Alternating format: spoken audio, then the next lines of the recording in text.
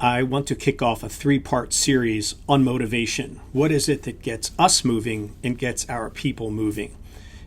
It's a tough time, and a lot of folks are depressed or tired or overworked or overwhelmed, and motivation's hard to come by. So how do we create a culture that's positive and encouraging around that? And what are specific things we can do? So in the 3-part series, first I want to talk about the culture of motivation, particularly what not to do. And then secondly, we'll talk about external motivators that are useful and can be used, and then internal ones, ultimately where we really want to be most of the time. Internal things that drive us, encourage us, and move us to act appropriately and productively in our team, in our organization, our church, our hospital, wherever we work, wherever we serve. Let's begin by looking at this culture of motivation and some things that we don't want in it. So some folks motivate by fear. I worked for someone who used this tactic. She reported directly to the CEO. I was a young new employee. I'd suddenly risen very quickly in the organization and reported to her. So I was one off from the CEO in a very large banking organization. I remember one day I was at her desk, and this dates me, but she had a phone on her desk and it rang, and she said, "Could you answer that for me?" And I said, "Sure." And as I picked it up, she said, "Tell whoever it is I'm not in the office today." Now, I don't know about you, but in that moment, it was like saying lie for me. Now, I think there are ways to say that without having to lie. But she was basically asking me to do that. And I'm not a perfect person, and I'm not some, everyone else is bad and I'm good, kind of little goody two-shoes person. But in that moment, I felt very conflicted. So I said, you know what? She's not available right now. Not sure she's available today, but she'll get back to you tomorrow or when she can. And I remember hanging up, and her face was beet red, and she was angry. And she basically said to me, "I told you what to say." And I said, "You asked me to say something that's not true." And she stopped, and she walked into another room, and we stopped talking. And it was clear I was in the doghouse. And then I heard her, and I think this was intentional, talking to her assistant, take a memo kind of thing about me for my HR folder. And I thought, wow, she's using fear tactics to make me do things she wants me to do, no matter what it is.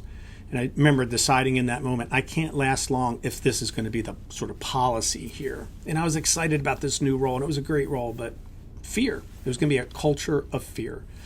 A few more, shame. This is you're bad. Not just it's bad, but you're bad. And leaders that try to say things like, "I thought you guys were caring. I thought you really cared about profits. Maybe I was wrong. I thought that it really mattered to you that our clients were supposed to be first, but I guess not." It's this kind of almost implying you did something immoral because of how you acted or didn't act or whatever. But shame's a popular one that's a negative one. Pain can be positive or negative, right? You can work hard at being the best orchestra, right? And all working and practicing together and putting extra rehearsals in, or an athlete that works extra and the muscles hurt and you're tired and you work. And that pain can be a motivating thing. But when it's used manipulatively or negatively, pain is awful. I remember being placed in potentially a job that I didn't want a long time ago in an organization in order to get rid of me. It was sort of like, we want Bill to resign. We don't want to have to fire him.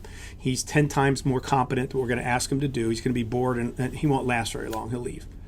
And I remember feeling so bad about that, but they were trying to cause pain in me that forced me to step out of a role. Bad deal, bad culture. Another one's threats. People just outright threaten. A leader may threaten, or maybe you've succumbed to this sometimes where you threaten someone. It's something like, this team can't get its act together. There's other people waiting to sit in the chairs that you're sitting in, and I can fill those roles tomorrow. Just remember that kind of talk or attitude or behavior sounds threatening in an attempt to move you or motivate you. Another one is avoidance or ignorance, where you get left out. You're not invited to the phone call. You're not to join the phone call or the Zoom call. You're not invited to the little cocktail party later, or to the gathering, or to the picnic. You are not invited to key meetings. You are ignored in sort of downstream communication. And people are sending a signal, something's wrong and you better change, or we're going to keep you sort of marginalized in the organization. Last one's passive aggressive. That's where we work around the system and people use that instead of legitimate power to try to control us or move us. It's Greg way down in the organization who has to sign off on certain things or has a very specific technical expertise that has to be leveraged for a project to move forward. He'll never get promoted, he'll never be a manager, but he's learned that he can use that power in a way that makes you do things. So suddenly some people's projects move to the top of the list magically, and yours didn't. Why? Well, maybe he got a perk. Maybe he got some ball game tickets. Maybe someone invited him to a special party or something. But he's learned to work around the system in a way that works for him and manipulates others to do things. All these things create a negative culture instead of encouragement and enthusiasm and guidance and direction and positive motivation. It's a negative culture. So here's the bottom line on this one. And then the next two videos, we'll talk about first how to truly, in a good way, externally motivate people, even though that has its edge, and internal motivation. How do we really help people to come from within into the role, the job, the work they want to do so that they want to do it and they feel a desire to do it? Because insecure leaders use inappropriate methods for motivation, and so motivation becomes manipulation. We don't want that kind of culture. So let's move on in the series to what we can do externally and internally to motivate ourselves and motivate others.